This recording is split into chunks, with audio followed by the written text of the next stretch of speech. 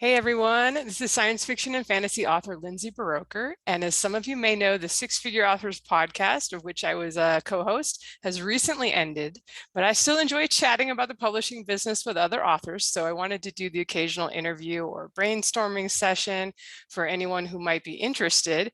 So, in that vein, I've got my first guest. I'm here today with steampunk and urban fantasy author Celine. I was your last name. I was afraid I would screw up. Celine JeanJean with her French name. And we're going to be talking a bit about her path through self-publishing and some of the challenges of marketing and selling her books. She's done quite well for herself over the years. And so maybe we'll have some advice for newer authors out there. And Celine is the author of the London's Edge Chronicles, the Razor's Edge Chronicles, and the Viper and the Urchin series, not Chronicles. And this chat is probably going to be most interesting to other authors or those who want to become authors. But if you're a reader who likes to know how the sausage is made, you are welcome to join us. Hello, Celine. Welcome. And thank you so much for joining me today. Thank you so much for having me. I'm excited to be here. Is there anything you'd like to say about yourself or your books? I just gave the briefest overview there. No, I think you've done, that was a good overview. I think you've covered the basics, and I'm sure I'll have stuff to say later on. So yeah, let's dive in. All right, sounds good. Well, you've done a few series under a couple different subgenres of fantasy. What has prompted you to jump around? So mostly it's basically following I basically write the things that I love. Like I used to work in finance and I hated it. It made good money, but I was miserable. And so I sort of made a deal with myself that, like, okay, if I'm doing this writing thing, I have to, like, the number one thing has to be that I have to love it. If I want to not enjoy what I'm doing and feel burnt out, I can just go back to finance. So that was the first thing. So I literally just get an idea for a story and follow it. And then later on go like, okay, now I need to figure out, the marketing and whatnot. But also, I'm someone who needs a lot of variety, and I think that's a really big thing to be aware, like to kind of know yourself and what you need. And I'm someone who likes new things, who likes discovery, who likes variety. So if I really admire authors who can write the same kind of book, like like romance maybe, or thrillers, like you write the same kind of book over and over again. I mean, it's not the same book, but the same sort of subgenre, because in terms of marketing and audience, it makes life a lot easier. But I just know myself, if I try and do that, like I will lose interest, I will get burnt out, I'll get frustrated, which is just really not the point. So I jump around, and it's quite good fun. I'm finding it not too bad in terms of I mean, it's not the best in terms of crossover, but I thought it was going to be worse. Like I was preparing myself for, like, okay, when I jumped from steampunk to urban fantasy, I was like, okay, probably nobody will buy the urban fantasy and I'll be starting from scratch. And actually it was pretty good. I released book one of the urban fantasy at 99 cents, and that really helped to kind of get all the steampunk guys to give it a try. And although it's a different subgenre, I think, like, I'm a little bit like, my style of writing is a little bit like you in terms of, like, there's a lot of quirkiness and like fun characters, and so like that is still there. And I think people who like my books like that mostly, more than like being wedded to the actual genre itself. So it's not like, actually most people who read, like, I have a lot of reviews on my steampunk series saying, yeah, this is not really steampunk, or like, this is my very first steampunk novel, but I really liked it. So I think people are just enjoying the stories more than the genre, and that helps with the like crossover between series. How about you? How are you finding it? Like, because I mean, you've jumped around a fair bit, to say the least. I have sci-fi, urban fantasy, epic fantasy, steampunk. There's a random middle grade stories out there, and a mystery that's not fantasy at all.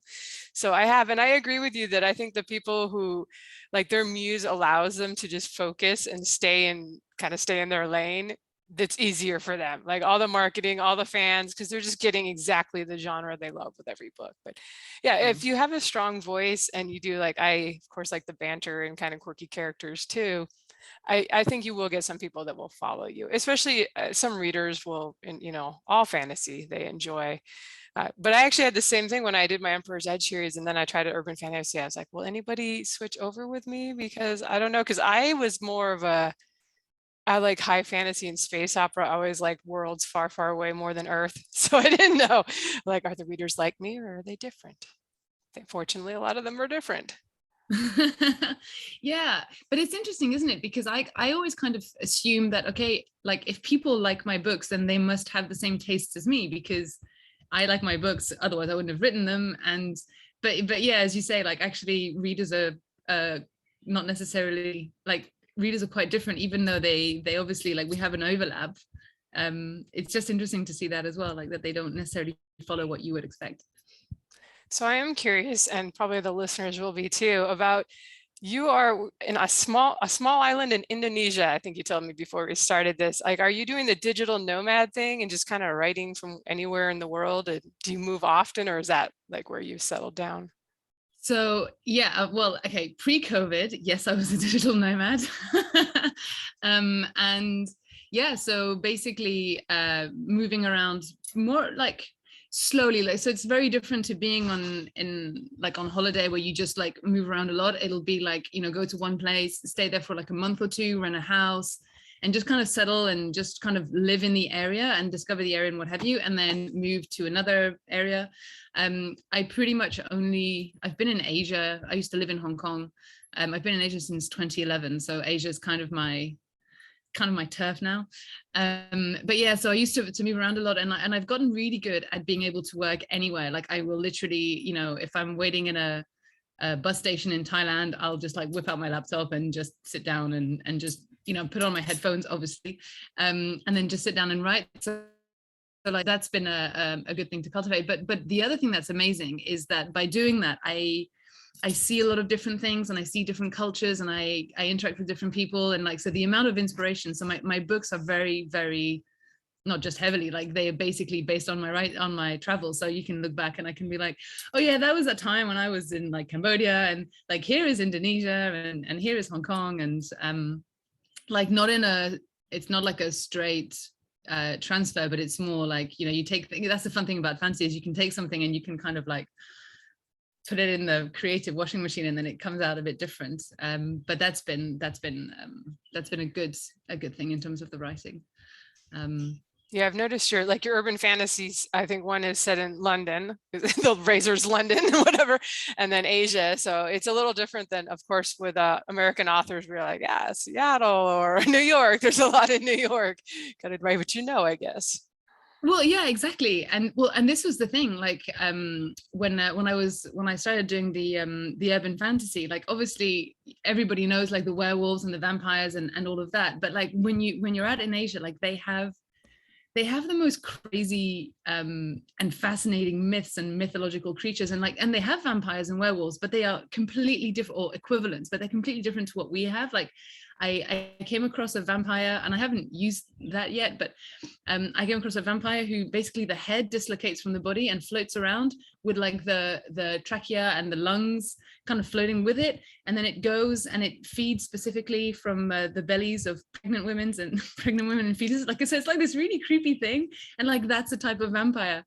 And so it's actually been really good fun to kind of like play with supernatural creatures that are like completely different from what we're used to. So it's kind of like, yeah, it's a vampire, but it's nothing like the European vampires. So yeah, that's been cool. That one might be a little hard to pass off as the guy if you're doing like a paranormal romance, the sexy vampire that she's gonna hook up with. Yeah, no, that I haven't used it because like it's just a bit it's really gross.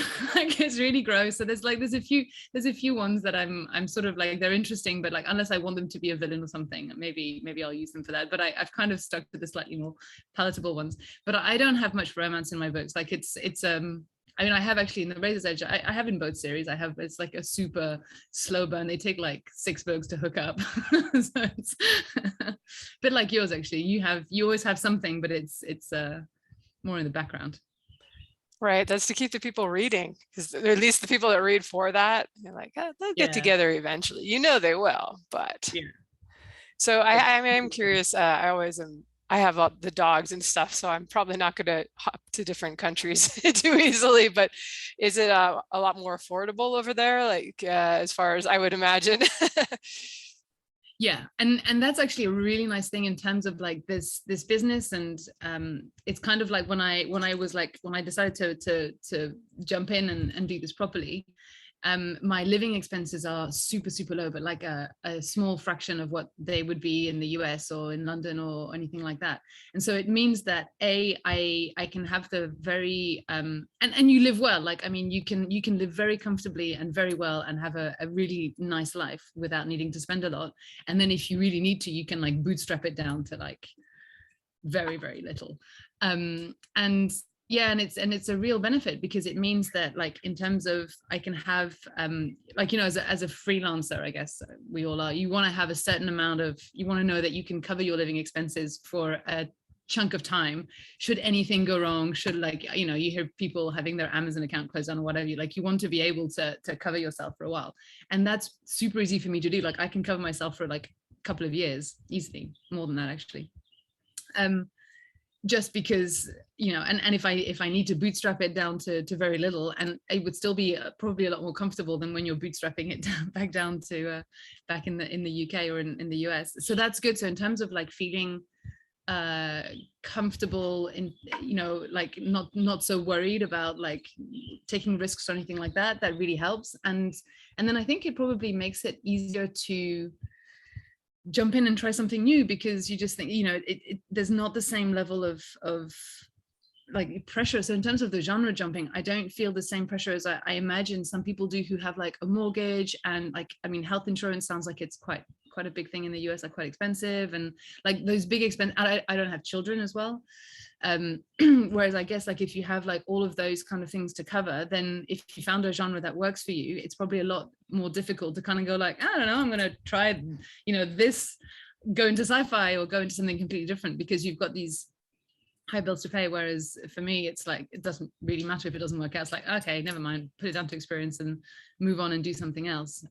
So that's really helpful. Yeah, there's always a lot of, the dream for a lot of authors is getting to do it to the point where you can do it full time. But then, yeah, like you're saying, there's a lot more pressure on yourself too, if suddenly that's no longer the hobby, but you have to maintain a certain level each month. Yeah, exactly. And then you don't want that pressure to get into your writing as well, like, because that, I don't know, I can imagine that would really block the creative flow if you've got this like pressure of like, I need to be writing something that's going to sell. Like, I don't know about you, but like trying to write things that sells like either doesn't really work, like as in like I don't really enjoy trying to do that. And also it just, people end up not reacting to things the way that I expect them to react. So it's like I've had that experience many times. It's usually the books I don't think are really going to do that well, that for whatever reason they're more to market, you know, accidentally. And then the ones I'm like, oh, this has all the elements, you know, it's like the chosen one, epic fantasy, like he's going to save the world. It's like all the stuff we grew up reading. So of course it's going to do wonderful. And not so much. Yeah, right. It was the same for me. When I released my urban fantasy, I was like, oh god, like people are gonna be like, you know, it's not the standard thing because it's Asian and I don't have a sexy vampire and I don't have all the things, and that is by far my best selling series. So go figure. It's yeah, but hence being able to take those kinds of risks is that's a big benefit of doing what I do, or living the way I do. Sorry.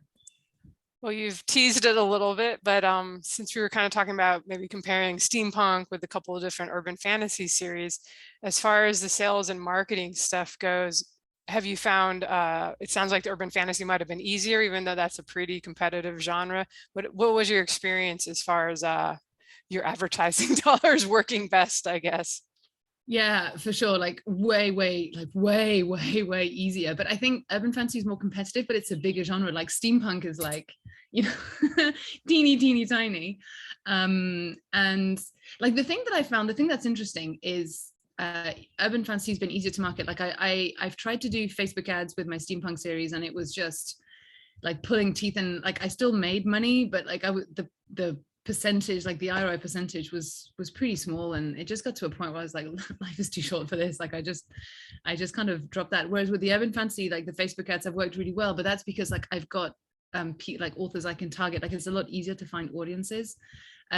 However, the people who find my steampunk series and who love it, they really love it. Like they're the ones who send me the fan mail and what have you. Whereas my urban fantasy sells really well, and I do get fan mail, but like nowhere near as much. So it's interesting. It's like, I feel like my steampunk series, like if I could find a way to kind of identify who these people are and then like put my series in front of them, that it would sell really well. But it's really tricky. And also I've made life hard for myself because it's steampunk, but it's not Victorian England. It's not really like, it's a fantasy world really, but there's no magic. So I can't really advertise it to fantasy people. So I've made that one so tricky to market. And it's kind of like a constant earner, which is good, but it's just, it's just quite hard to like push it to another level. Whereas urban fantasy, the return is a lot better for sure. Have you found the same thing with your urban fantasy versus your steampunk and fantasy series? I've definitely found that when I'm a little more cross genre, we'll call it, because my first Emperor's Edge series is kind of the same way, where there's not a lot of magic. It's not really steampunk either. I just kind of started calling it that because it was a steam era setting, but it's kind of an epic fantasy world. Yeah. And yeah, that one, but it's another one where I have the most fan fiction, and like I get a lot of still people asking me to do more in that series, even though I've since written quite a few other series that sell much more. And I've had the same experience with advertising and such. Like some series, like the urban fantasy did pretty well. I've got a fantasy romance going right now that's doing really well. Like some books just, they seem to be to the market, and I guess the really good marketing people know in advance. But I'm kind of like you, where I've thought I had it, you know, I'm like, I've got the formula now. And it turns out to be like, if I expect that, it's a sure sign that it's not going to be the one. But yeah, some are worth advertising more than others. Like it's just a lot easier. Like with some of them, you feel like you're just pushing a boulder up a hill and you can't really get the ads to you know, you're losing money on the first book and hoping that people read through to the other ones, but other ones can even earn out, you know, on book one. Yeah, exactly. Did you, because you've kind of rebranded your Emperor's Edge series to fantasy, right? Like, did you find, like, are you basically now just advertising it as fantasy, or like pushing it towards fantasy? I don't actually advertise that one at all, except every now and then I can get a book bub for the box set, but I have book one free, and I just kind of let that brings in some people, and then people who find my new stuff go back and check it out. But I find that I have some of my newer series are exclusive to Amazon and in Kindle Unlimited, and those are the ones that it's easier to make the ad money really work for, because you don't have to get a sale. You can get a sale or just to borrow and page reads, and it just seems to be a little easier. But I don't particularly like being exclusive to Amazon, so I don't know that I'll always do that. But I tend to spend the money on the series where I've noticed that I get the most bang for my buck. So yeah, the older series, I'll try to get free Booksy if I can't get a book bub, and run promos once or twice a year to that free book one. And that works pretty well to keep sales chugging along. They're not necessarily earning tons, but I'm always excited. I'm like, hey, I wrote that 10 years ago. If it can make a little bit each month, that works for me. Yeah, exactly. And I guess that's the thing, isn't it? Like if you have enough books and who end up selling like that, but for the rest of your life, then you can have quite a comfortable, I find that really exciting. Like it's not sexy, like the big spike or the big release and what have you, but like a stable long-term income that's kind of coming in. It's just like, okay, this is really exciting, because you can look, you know, to the rest of your life and just think, okay, this is good. This is like, yeah, future is sorted. Yeah, we'll be 80 years old and like tinkering still with our Amazon ads or Facebook ads, but maybe you slow down and you're only writing a book a year, every couple of years then. Yeah, definitely. Well, but that's like, I really hope that, like, I really admire people who have like a really, you know, like Dean Wesley Smith and Christine Catherine Rush. And I'm like, I want to still be writing loads of books in my 17s like Dean. Like that's just, I don't know, I find that really pretty exciting. Although I'm really hoping that by then Amazon ads will be like, we won't be tinkering with Amazon ads, that there'll be better things to do. I hate Amazon ads. Oh, we'll be in the metaverse virtually putting up Yeah, exactly. bulletin boards or something. Who knows? Who knows? Exactly. But so do you think you'll ever go wide? Like, because you were saying about you're not a fan of being exclusive with Amazon, but it does make things a lot easier in terms of advertising. Because for me, I am wide, and my Facebook ads pretty much are Amazon US. Like, I tried to run Facebook ads to the other platforms, and it's just not very effective. So yeah, like if you're exclusive, I can see how like advertising works really well. But you think you'll ever switch? I still have about 80% of my catalog is wide, like stuff that was originally in all the stores. I didn't take it down or anything when I started putting new series into Amazon exclusivity. So I think eventually I will, like right now I make more money launching the new series into Amazon, so or exclusive. So that's kind of tempting. But I could see doing like a Kickstarter or something to launch a new series in the future so people can still get it before it goes up on Amazon, and tinkering with some other things, or just maybe eventually I'll just go back to all wide. But then you get the people like, why isn't this in Kindle Unlimited? Because the readers don't understand. They don't know that we have to sign this, well, check a box. It's not really signing a contract, but we're agreeing to be exclusive to Amazon for at least a quarter, and they don't know. And then other people are like, why aren't your books in the library? I'm like, well, I checked this box on Amazon. So it's a bit of a, you really have to decide as an author, what's more important to you. Like, could you potentially make more, hugging up to Amazon and playing by their rules for everything? Or do you not care as much about that and you just want to be independent and not as beholden to them? And for myself, I could see getting to the point where I'm not going to do that anymore. Perhaps. Yeah, it's really I do really like your model of like releasing on Amazon and then like older series putting them wide. I feel, I've only been wide for 18 months now, but I already feel like the idea of doing that, I feel really guilty for my wide readers. Like, obviously the people on my newsletter, I would give them access to the book before it went exclusive and what have you. Like, there's ways to get around that. But then the people who don't join newsletters and are on the other platforms, like I would feel quite guilty about them. But definitely the KU and the juice that you get from being exclusive with Amazon around launch time is definitely a big temptation. It is. So I'm curious, when you're planning your series, do you try to make all the books stand alone, or are you a fan of kind of having an overarching arc with cliffhangers here and there? So I've changed my writing process quite a lot, actually. So with my first series, it starts off pretty much like the first 3 books are completely like, they kind of build on each other, but they're complete sort of standalone books. There's no cliffhanger at all at the end. And I used to outline and then actually following Dean Wesley Smith and Christine Catherine Rush's advice, I decided to give it a go and just write without outlining, which is what I do now. So I just off I go. And so my urban fantasy series was written without being outlined, and I find with that, like, it's that I have cliffhangers now at the end of all my books. So it's more like the series is like a continuous story. But interestingly, because I'm wrapping up, I'm working on book 7 of that series, which is going to wrap up the series. And interestingly, stuff that I just randomly put in books 1 and 2, like as I'm writing book 7, I'm like, oh, this ties in really nicely. So things are still tying up. Like, that was the big question mark. Like when you outline, how things are going to finish, and therefore you can make sure that everything goes in the right direction. Whereas when you're pantsing, you're just kind of off you go and you hope that things are going to work out. And things are tying up quite neatly at a whole series level. So that's been really interesting to notice. But yeah, I actually quite enjoy the cliffhanger thing. It's not like I don't do really bad cliffhangers. Like, every book has some kind of resolution, so there's still a sense of satisfaction, because I think that's not a very nice thing to do to the readers, to just like really leave them hanging. But I quite enjoy that sort of continuous story feel, rather than sort of wrapping it. Like, I feel like it keeps my interest going as well. And I'm finding that not outlining is also really good for keeping me curious to see what's going to happen next.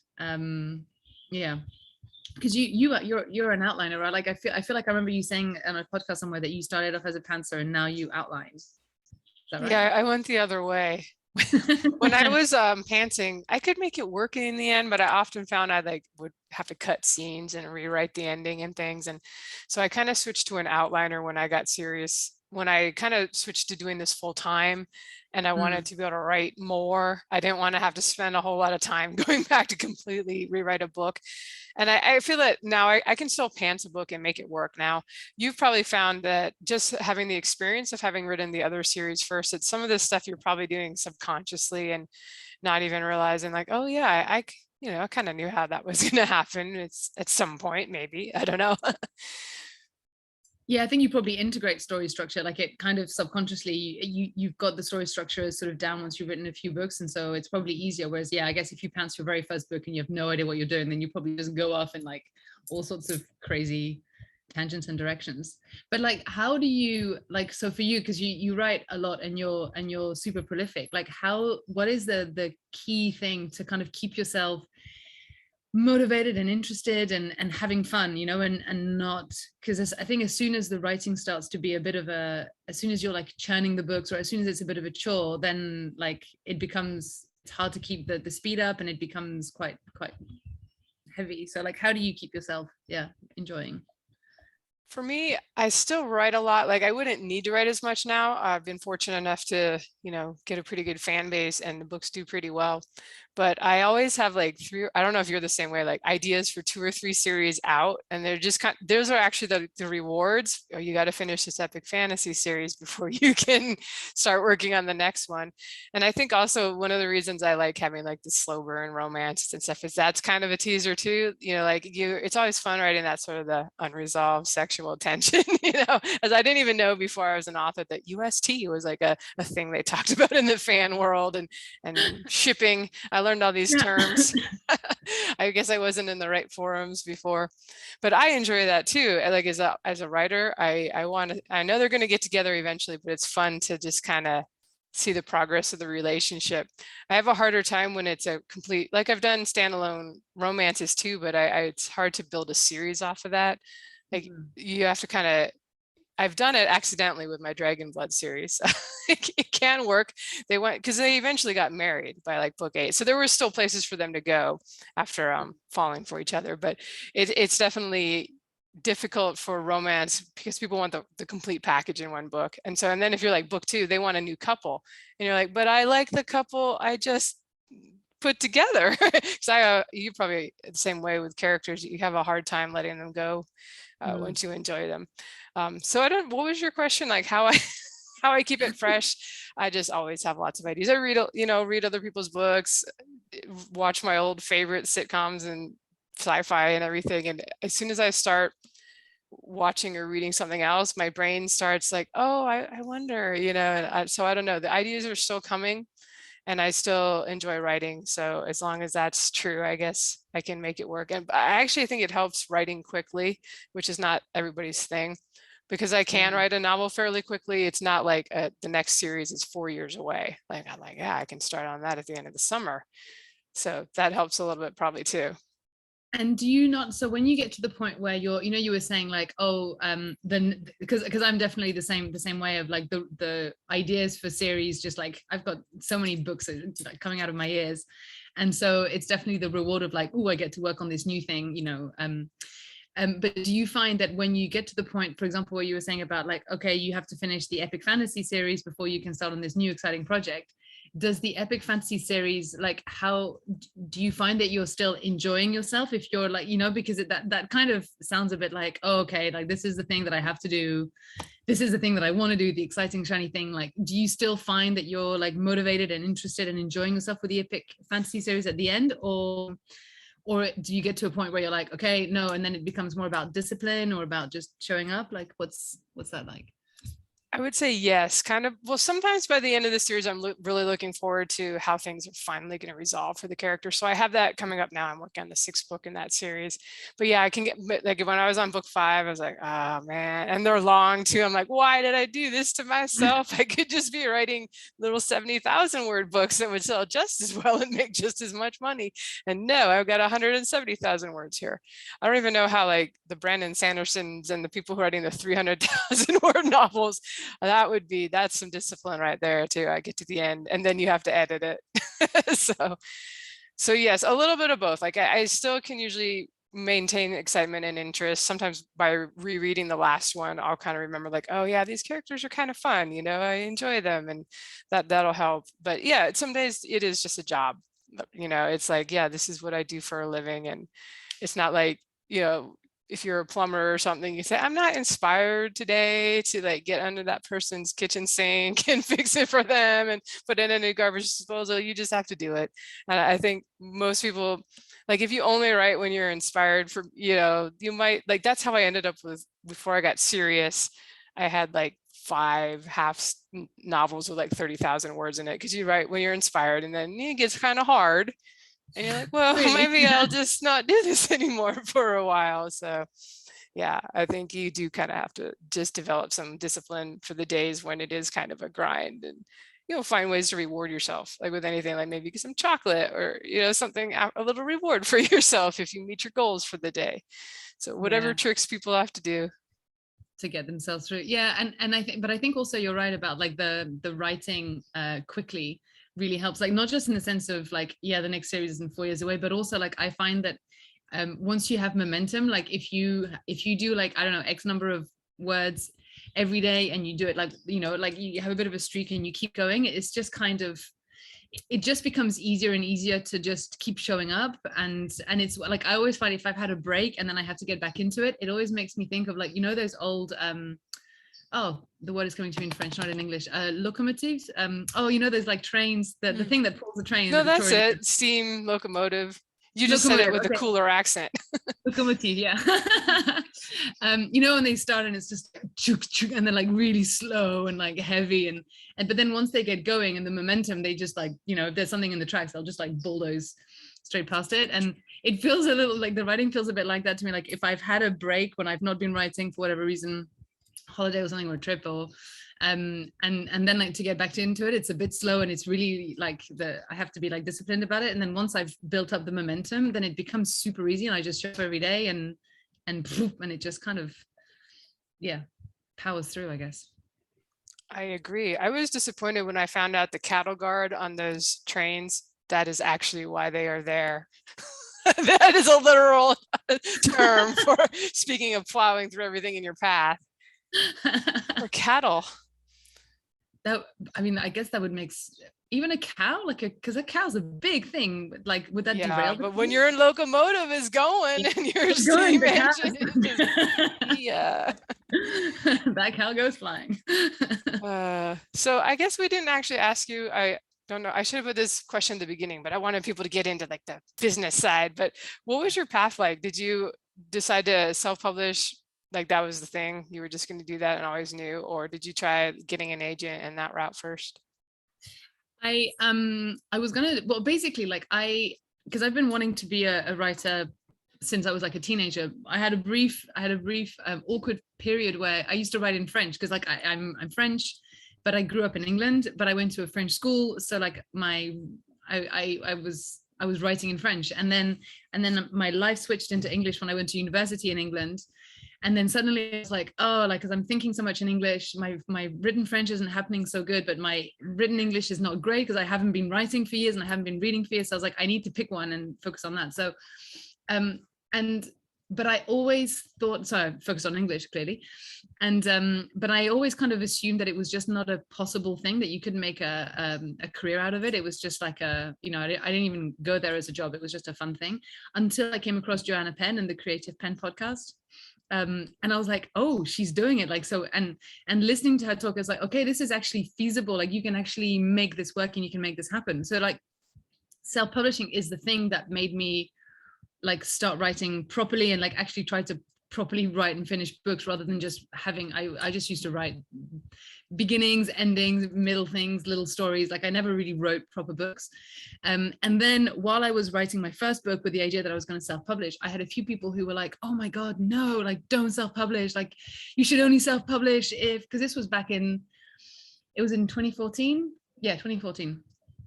So I guess the stigma with self-publishing was still pretty strong. And so yeah, people were like, no, like don't do it. Like you should only do that if you have no other options and blah, blah, blah. And I was like, okay, well, I guess it would be sensible to try traditional publishing first and then see. And then if I can't get in, then do the self-publishing thing.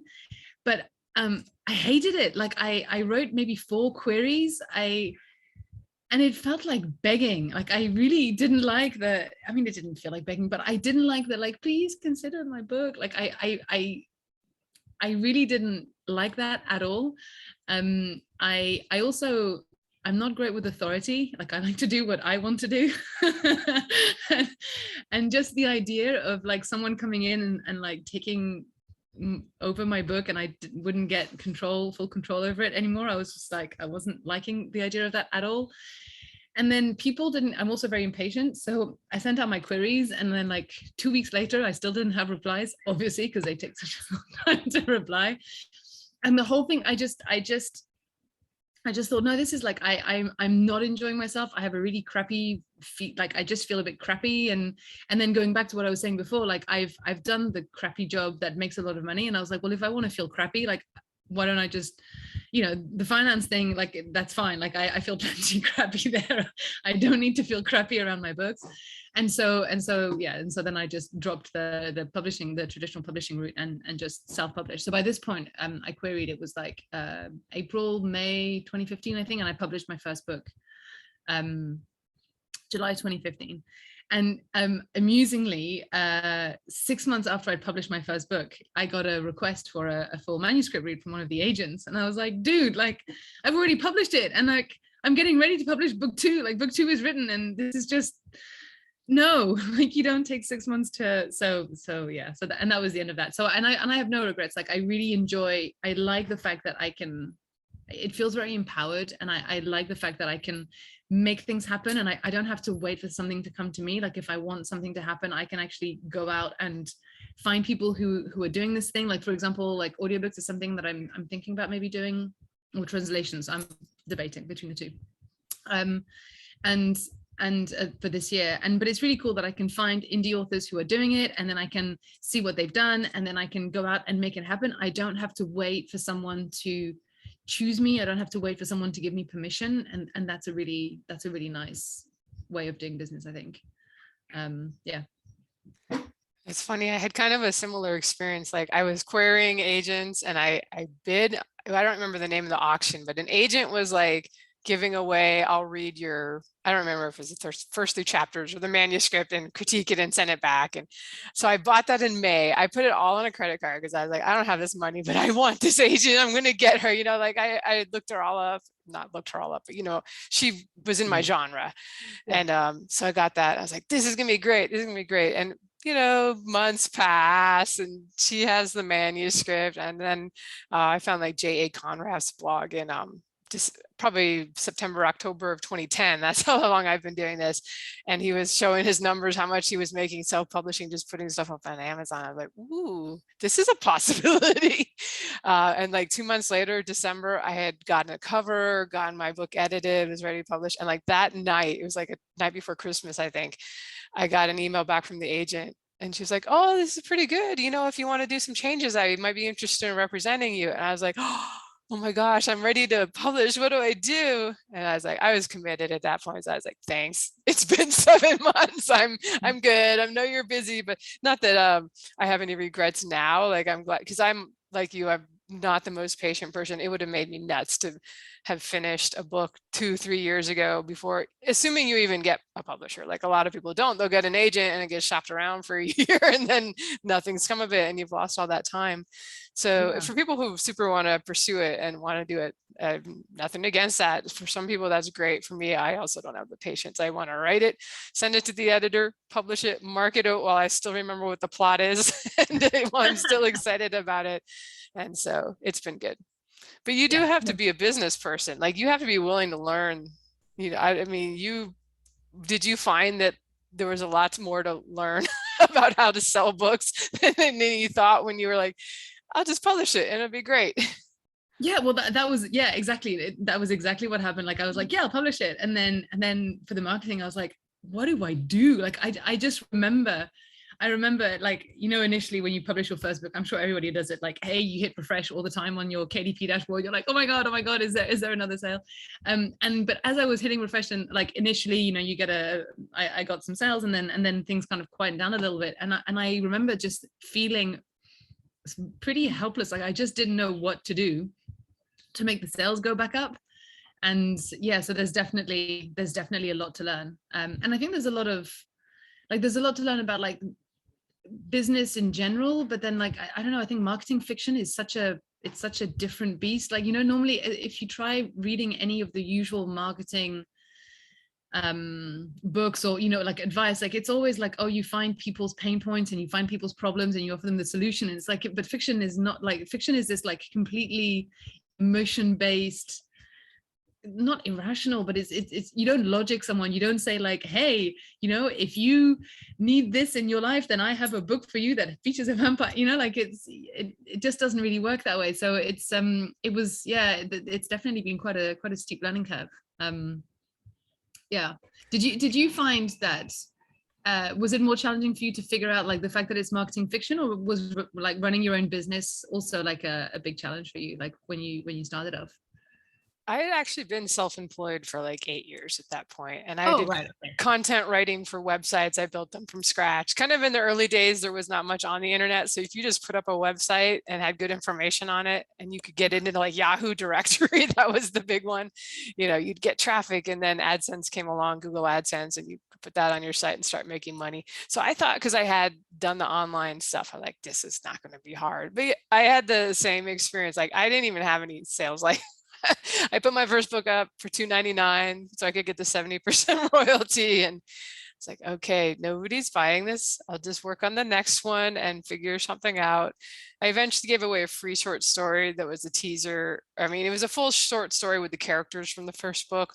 And I put a little excerpt in the back and like, please buy the book if you want to see how these characters met. And then I put that out there for free on Barnes and Noble. I didn't know at the time how to get to free on Amazon. Turns out they'll price match if you're free everywhere, for anyone who doesn't know that.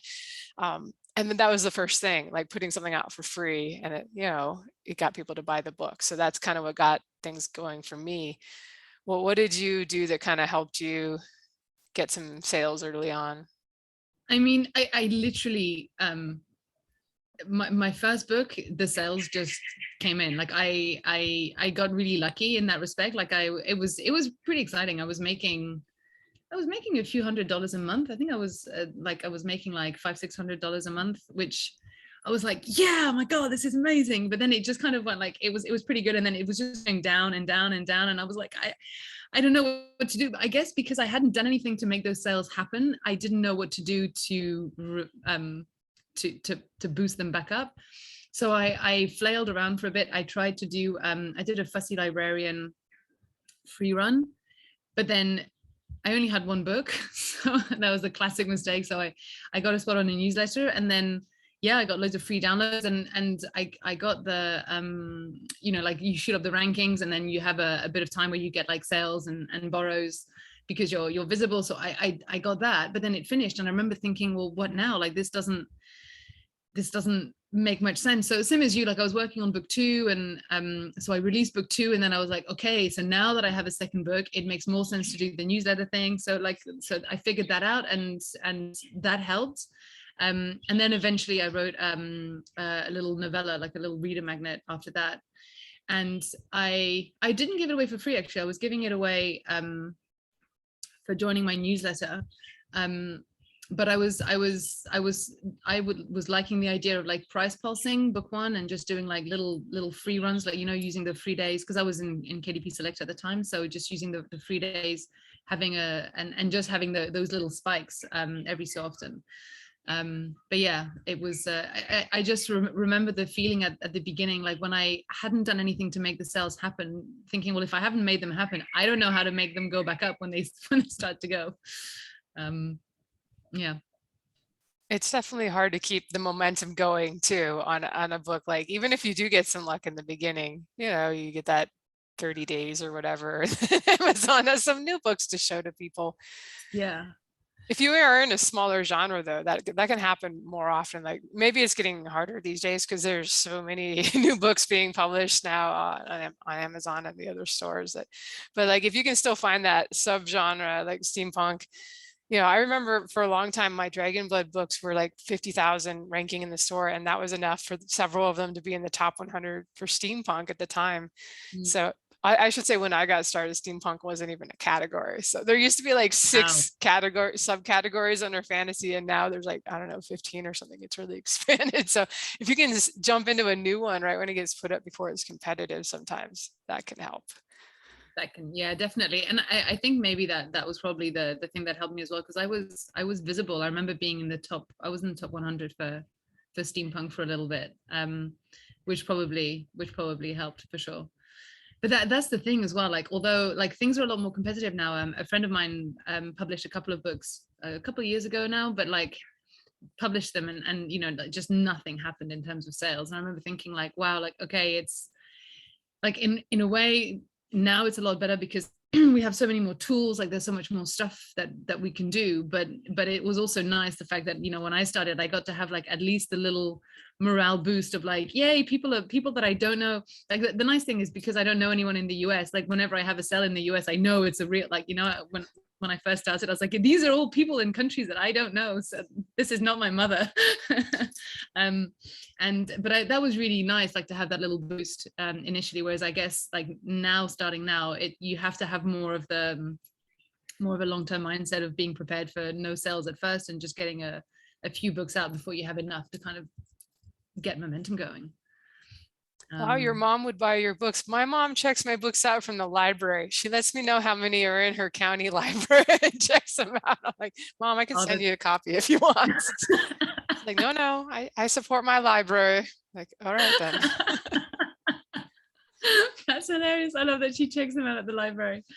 Yeah, well, actually, my mom bought one book. My dad bought 10, but they were all paperbacks. So he bought like 10 copies of my first book and was just like giving them away to everyone.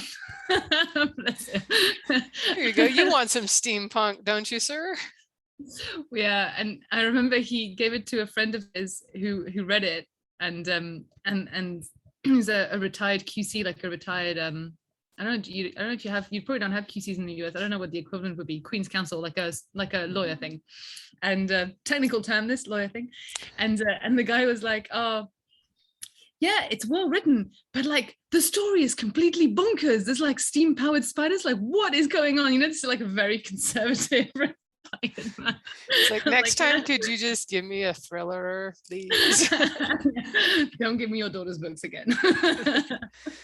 So I guess you've been publishing for about 7 years. What are some changes you've seen in the industry, and maybe have you had to adapt as far as marketing and selling your next series and so on? So I published my first book in 2015. I actually have a big hole. Like I kind of, like, looking back now, feel like I didn't really properly start until 2019, because like I had a big life upheaval, which means that I didn't write for like close to 2 years.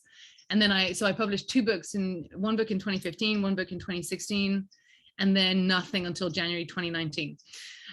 So like I kind of take my experiences like from January 2019, because before that there wasn't much going on. But yeah, I definitely think that like I was saying before, like it's become a lot more competitive. Like you can't just put a book up and expect to get sales. Like before, if you had a book with a decent cover, that would be enough, whereas now that's kind of like a minimum. But it feels like a much more empowered marketplace, because there's so much in terms of tools that we have, like there's Book Funnel, and there's the Publisher Rocket, and there's like all these tools like Vellum and that we can use in terms of like publishing and marketing. And there's like a lot more like newsletters that you can do. There's like now Facebook ads are a thing, whereas back then I think it was starting, but it wasn't quite as much of a thing for everyone. So there's it feels like if you want to go out and get some sales, you have things that you can do to get them.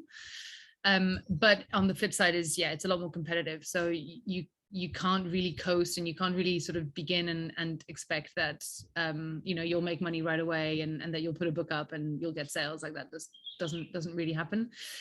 In terms of changes, I went wide, so 18 months ago, and I was super happy with that. I don't know if that's necessarily a reflection of the changes of the business, but of the industry. But it, like, the thing with KU is it's so focused on like new stuff, like new. It's very Amazon really prioritizes new releases, new books, and so a lot of people who are in KU, like, it's all about like the rapid releasing, or like releasing like regularly enough to kind of boost the algorithm, and having already had like this big implosion in my life where, like, my life just kind of went like for a while, and therefore like nothing went as planned, and I wasn't really able to write for a couple of years.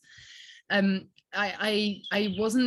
didn't like the idea of being caught in that cycle, because if it's happened once, it can happen again. And I was like, well, if my entire business model depends on me releasing at a certain clip, then what happens if something goes wrong? I have a bad health problem, or like a death in the family, or something that means that I can't write for a period of time, and my whole business model relies on me doing that, then that's tricky. So so I went wide, actually, because I wanted to have the diversification, and B, because I wanted to have a business which is more focused on sort of stable long-term income, and less focused on like release with a spike, and relying on those spikes to make my money, and then having like down times where I don't make that much money, and I'm waiting until the next spike to be making my money. So that was, sort of stabilizing. And also I found, to be honest, when I was in KU, because my books are not that standard, I still I was making decent money from KU, but I was still finding that like the release was not necessarily the best time for sales. Like sales could be a lot better like later on, if I do something with marketing, like to push it. So there's that as well. I also, because things are more competitive, I've kind of decided to ignore organic visibility. So like if I get it, then great, but I kind of expect that my organic visibility is 0 and my organic sales are 0, and everything that any sales that I do, like I have to make them happen myself. Which just means that it's nice, because it means obviously I do get some organic visibility and organic sales, and that's kind of like a nice extra, but I don't rely on it. So I'm very much like, that's more of a mindset thing, like of saying, okay, like I have to make my sales happen. So I have to learn Facebook ads. I have to develop a strategy with like free first in series for wide and what have you. I can't rely on algorithms just showing my books. And yeah. Oh, and actually, the thing about like being wide as well, and not assuming on organic visibility, is having found that I can have my best sales. So for example, with my urban fantasy series, I released book 1, and sure, sales were good, but like by far my best performing month was November last year, was my best month ever. And I released book 1 for that series and in general, and I released book 1 in February 2021. So and I didn't release anything in November, and I hadn't released anything actually for a couple of months. So I'm like that is much more sort of something that I'm happy with. Like there's not that pressure to be focusing on releases. What about you? Because I know that you are quite, like, you've got a different approach. You're quite you do a lot of rapid releasing, but I think that's more because you're very prolific, right? It is. And I enjoy actually writing like the first 3 novels, especially if it's going to be a series of like 6 or 8. And it helps me, I kind of world build, like I'll think of things when I'm on book 2 or 3 and go back and add them to one. So it's kind of nice to just get the first 3 out. I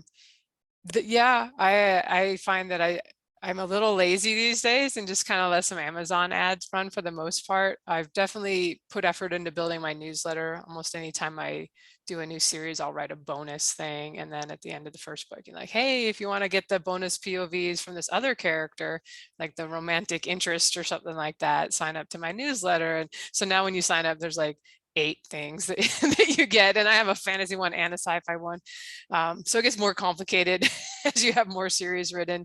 I am curious though, when you went wide, because I think a lot of people that are exclusive to Amazon they've either jumped to wide or they want to do it, but they're a little afraid that they're gonna not get as much visibility. Like you said, you're not that worried about it. So what did you do, like you mentioned free book ones. What have you done to kind of get the ball rolling out in the other stores? So yeah, free book one. So my steampunk series is 9 books, so it's quite deep. So I made book one free. Same as you, I have two, actually I had in that series I have 2 bonus novellas. And one that I ended up putting free for a little while as well, just to have like 2 free things tying into the series, and one that I was giving away for my newsletter. And then I was doing there's a whole bunch of different paid newsletters, newsletter promos, so like Free Booksy and BookBub when you can get them, and Fussy Librarian and Book Barbarian and what have you. But instead of doing like the concentrated, like in KU, you do promotions where you stack all of them together to get that big spike, go up in the rankings, and then have the long tail. There instead I focused on like I was trying to do like not quite one a week, like maybe one every 2 weeks, where every week or every 2 weeks, sorry, I would have a newsletter promo. And some of them are really small and like they don't really move the needle very much. And part of that was like fact finding. So I had a spreadsheet where I kept like the costs and the number of downloads that I got for that day, just to kind of get a sense of like which newsletters work for me and which don't, and which ones work best for which stores. And but that was quite good, because I think the wide stores, or not I think, but the wide stores, because they're not as heavily based on algorithms, it's more of a slow build. So I really wanted to sort of keep bringing sales in, like rather than just doing like one thing and then like spiking and then coming back down. So that's helped. Actually the free book thing is definitely the best approach I've tried Facebook ads for my urban fantasy, and I've tried them to the other stores, and full price they didn't work at all. I found more success doing Facebook ads to a 99-cent book on the other stores, but still it was okay, but it wasn't great. Like free first in series really is the best thing. And the great thing as well is because you can use like the Kobo internal promotions, Barnes and Noble, also like Nook have their own internal promos, and those 2 stores especially react really well to their own internal promos. So taking advantage of those makes a big difference, rather than trying to actually, to be fair, those 2, it's almost like when I try to drive sales in from the outside, they're like, no. But when I when I do the internal promos, that works really well. So that's been interesting to notice actually, whereas Apple and Google Play have been responding a lot better to external newsletter promos. And otherwise, I mean, I think it's probably a snowball effect. Like I'm very like in my newsletters, whenever I email fans, I always give all the links to all the stores, like obviously like basic things, but like really making sure that I whenever I speak about my books, like I posted about a book of mine in a Facebook group, that's where you can do that for readers, but I always like make a point of saying like it's what the book is wide, so you can get it on all these different stores, and like I really advertise the fact that it's wide, because I think that also helps as well. But I think with wide it's a slow thing, it's a long-term thing. Like it's not if you go and you expect that you'll make back your lost KU income within a couple of months, then it's probably not going to happen. Although I actually didn't get as much of a drop that I thought I would get. Like my sales income from Amazon went up, and it with the extra income from the other stores, I actually stayed level, and then my income has actually gone up quite a bit since going wide. So it worked quite well for me, but probably because I have weird books that aren't that to market. So maybe, I don't know, maybe wide readers respond better to those. I don't know. Well, if you have the option for them to get it for free from KU, they're going to take it. So, but if they still want the book, and it's not in KU, sometimes you'll get that sale that you didn't even know that before you could have gotten, but they borrowed it instead. And you make more from well, I mean, with 170,000 K book, you make more from page reads than from sales, but I make more from sales than from page reads as well. So like you end up making more money from sales than from KU borrows. Only the epic fantasy people, or the epic the general Yeah. people are probably I mean, if like on a $5 book, I think I've got one now that's like 115,000 words in KU, and it still ends up being better to get a sale, I believe. I haven't, Wow. Okay. Yeah. but that one might be kind of borderline, but most people are writing, even me, most of my books are more like 80, 90,000 words. But that's good advice on, I love that what you're doing with Wide, and to not like so many authors, they get their like fussy library and you know they're like, I got 400 downloads and nobody's bought book two. I'm like, oh, when was your promo? Yesterday. Like, dude, they're not going to read it the day they got it. So it is nice when you can get, and readers do that, like, because I have books I've taken out of KU that I still get page reads for. I'm like, I took that series out a year ago. Like, they've just been, they're in their to be read pile, and they'll get to it eventually. You know. Yeah, and the thing that I find as well is if you keep doing like free promos, like the thing regularly is people will download the book, then they will see the book again in another newsletter promo or whatever, and then they'll go to download it and they're like, oh, I've already got it, and that might trigger them to therefore read it, because I do get that. Like, I get people. I did a very short-term promo on a box set, books 1 to 3, and I got an email like very recently from someone saying like, oh, they just finished, like they got the box set for free and they've just finished reading it. And I'm like, that promo was like over 6 months ago. So I think there's definitely, you definitely have to expect like, and then he was like, oh, I'm going to buy the next box set, and it was great, and that it was a lovely email. But yeah, there's definitely like quite a big lag. So I don't think there's much point trying to look at what happens with read through, you know, even in the 30 days after a promo. Like, yes, it's nice that it'll go up a little bit, but I think it's probably almost more like you have to look at like a whole year, or like a long period of time. Like, okay, the downloads, and did my sales overall, my income, has it gone up? Yes. Okay, then it's probably a good strategy. Yeah, it's definitely more which is a funny thing considering I'm impatient, but it feels like Wide is a much more sort of like long-term patient game. I feel with KU you can be a lot more sort of short-term intense bursts, and Wide is a lot more like not chill, but like long-term, slow, and like, you know, slowly but surely kind of growth. I think too, once you start ignoring and not worrying about like, oh, I'm trying to get in the top 100 of my subgenre in Amazon, like that takes some pressure off too. Like, people don't realize you don't have to be in, like, I shoot for those lists. Why don't I don't take my own advice. Like, I'm like, oh, I want to be in it. I want to be as good, you know, as high as I can in the store. But it's like, you don't really need that to make a decent living from your books. Like, if you have a decent, I mean, it's hard to do on like one book. Almost nobody's gonna make a living on one book. But once you've got a series or 2 or 3, if you can kind of just keep getting some downloads of your free books, and those lead people to go on to buy the rest of the series, that's good. You can make decent money. Yeah, exactly. And then, and also it's a nice, I don't know, I really like not having pressure, actually. So it's nice not having to worry about rank. Like I actually now these days I publish a book and then I don't even go and check what to see what it's doing. I'm like, oh, it's out, and then I just go off and, you know, work on the next one, and I don't look at the rank, and I don't worry about that, because it no longer makes much of an impact for me. So that's quite nice. So I should ask you about the thing I should have asked at the beginning instead of an hour into the show. We're in this box set that you put together for Steampunk. It's free. Yeah. I don't even know what it's called. I knew when I mentioned it, but are you finding, like, is that something that's still useful to do? Like, tell us what you did. Like, I know what you did because I'm in it, but you know, like, what was your strategy with putting together, you know, reaching out to authors to do a box set?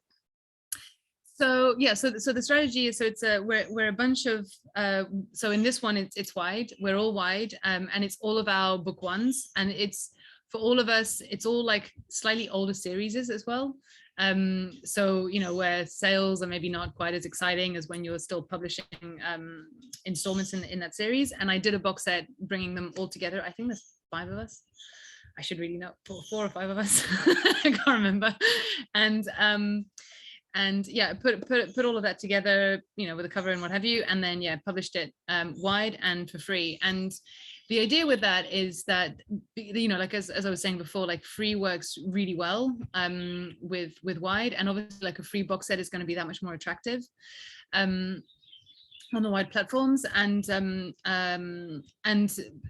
idea is to just have another tie-in for all of our series that people can download, read the books, and then read through to the other series. Like, the nice thing is obviously all of us because we all emailed our newsletters, our respective newsletters. So getting, you know, like some cross-pollination across our audiences, but also just having it in the background, just kind of getting downloads and just kind of keeping, hopefully, a stream of traffic through to our book ones, and then through to the other series, through to the rest of the series, sorry. In terms of, I'm not finding that it's like set my life on fire, or what's the word, the expression, something, you know, that when something like sets something, oh, anyway, life changing. Yeah. Set the world on fire. The world on fire, exactly. Oh, yeah. It's not set the world on fire. Like it's not been like it. I don't think it's a magic bullet that's suddenly going to, you know, revamp sales and make a huge change. I don't know. Unless have you noticed like a massive change in your sales? Or? I have so many books and series at this point that I don't really pay much attention to the older ones, but every now and then, like, you think, oh, it's probably not doing that much, but every now and then I'll get an email from someone and they're like, oh yeah, I found you in that one box set. I'm like, that was 2 years ago. Like, yeah, I've read your whole series. It was good. So I do believe that, you know, it probably does help a little bit. Like, and it's free. So, you know, other than the cost of the cover art and the time of putting it together, you know, you do it one time and then it's out there. Yeah, exactly. And it's just another thing. And it's nice, I think, especially if you're wide, it's nice to have a multitude of it's nice to have different assets that you can do different things with. Like, for example, if you're going to do, like, you know, I do Facebook ads, but Facebook ads, you don't want to be doing that to a free book. So you need to have a paid book one at least 99 cents. It's even better if the book is, you know, maybe $2.99 or $3.99, because then you can make your money back on book one. But then also the white but Facebook ads works best for Amazon. And then the other white platforms work really well with free. So then it's nice if you have like multiple, I think it's a good way for someone, like, I don't have as many series as you, like you have enough series that you can have, you know, free book ones, paid book ones, and you can kind of play around if you want to do that. Whereas like I have like my two main series that I've started, a couple of other series, but they're not big enough yet.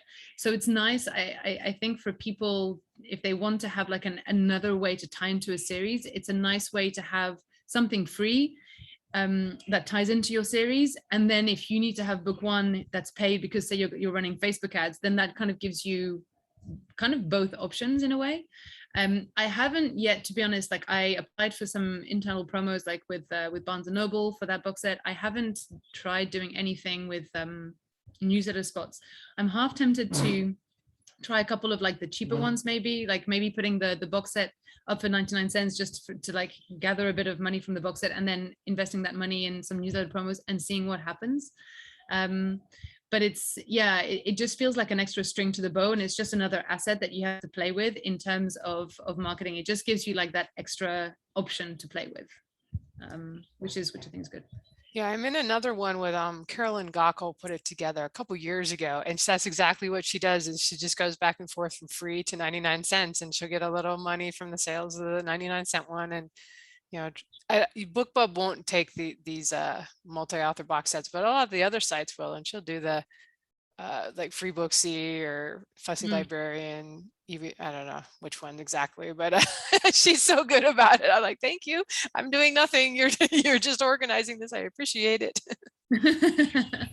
yeah, but it's that's quite a good strategy, I think, like that going back and forth with like free and paid. So I will give it a whirl. I'll let you know, and then see how it goes with our box sets.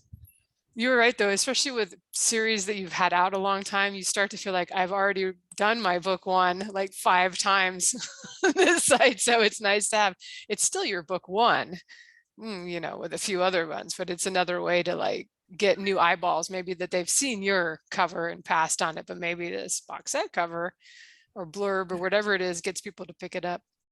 Yeah, exactly. It's just an extra, like, I feel like the more lead-ins you have, like a bit like what you were saying before, like, you know, you wrote a little free story to lead into your series, like the more roads in you have to your series, the better, the more chance people have of finding you. And yeah, so works well.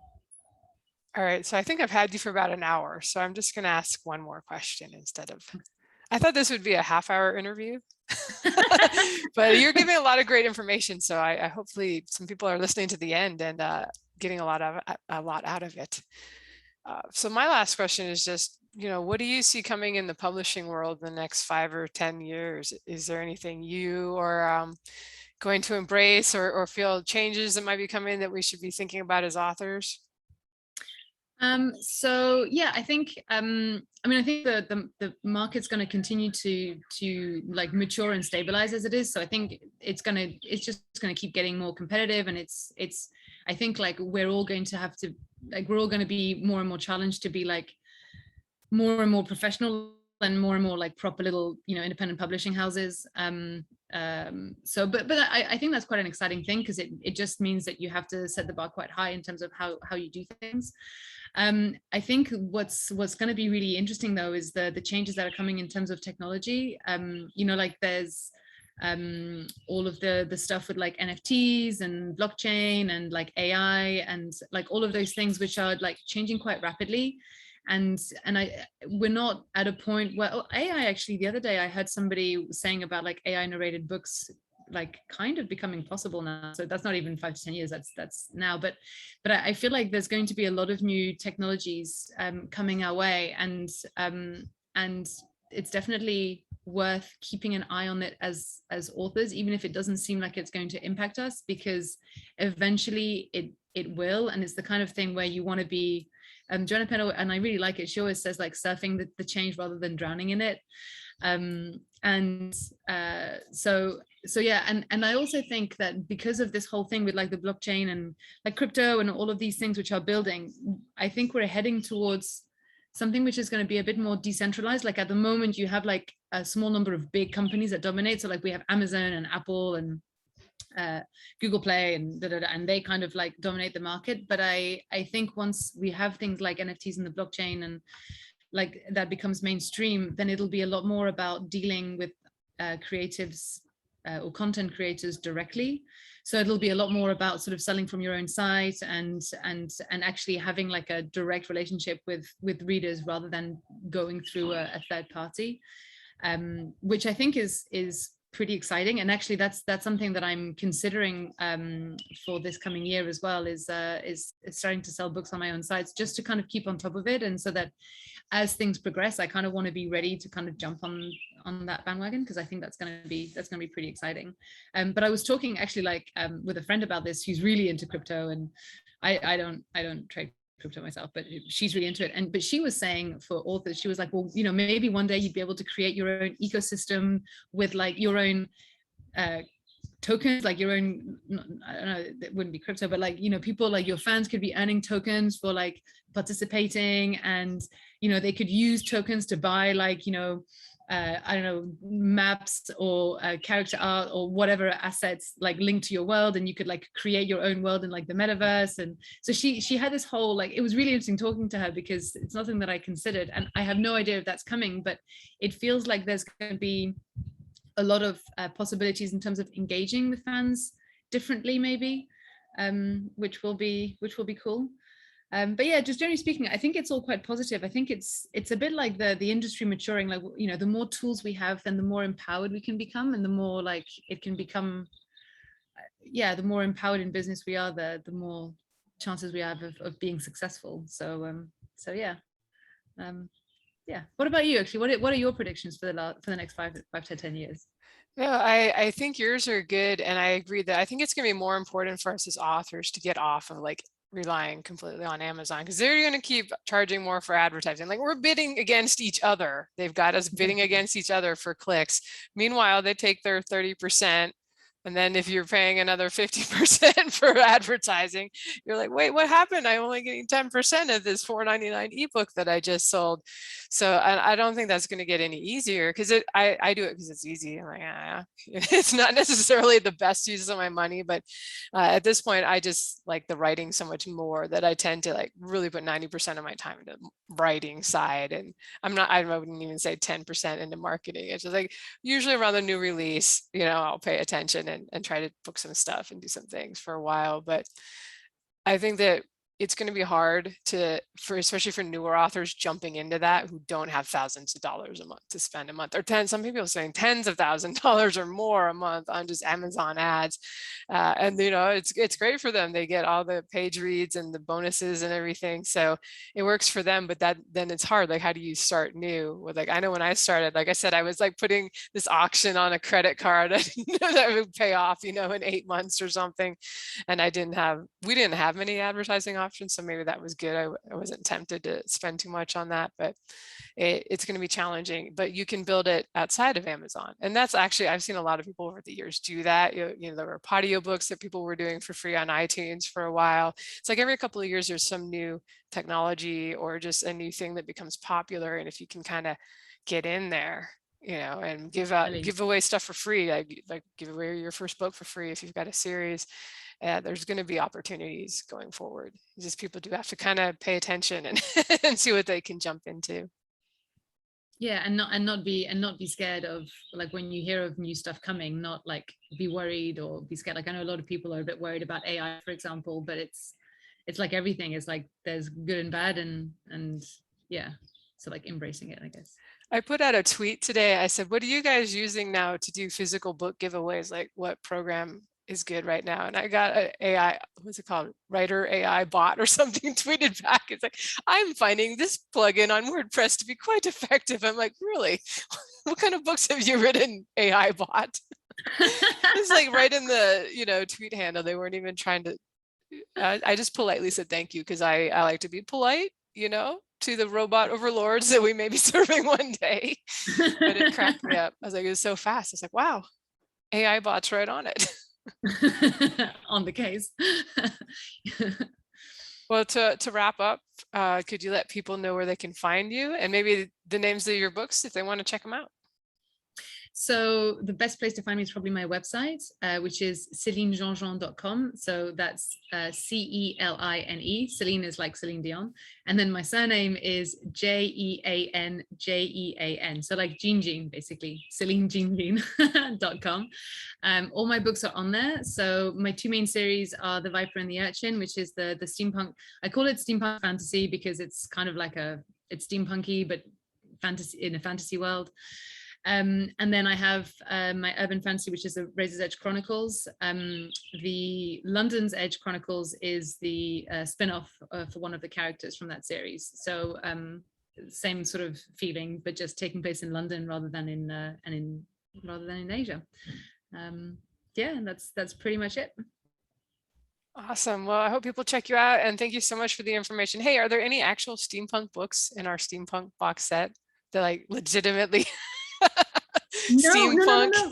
No, there isn't. That's why our box set is called Steampunk Fantasy Adventures, because I went and found authors whose books are all like not in Victorian, like steampunk is normally sort of corsets and tea in Victorian London. All of us have these weird like fantasy-ish. I mean, Joe's maybe almost a bit more sci-fi. I haven't actually read it, but just looking at his stuff, but it's just not the straightforward steampunk. So all of us have these like weird steampunk, not written to market books. Excellent. Well, it's good to know there's a place for us out there. Exactly. It's good when the weirdos kind of band together. All right. Well, thanks for joining me today, and thanks for listening, everyone. Hope you have a great week. Thank you, everyone.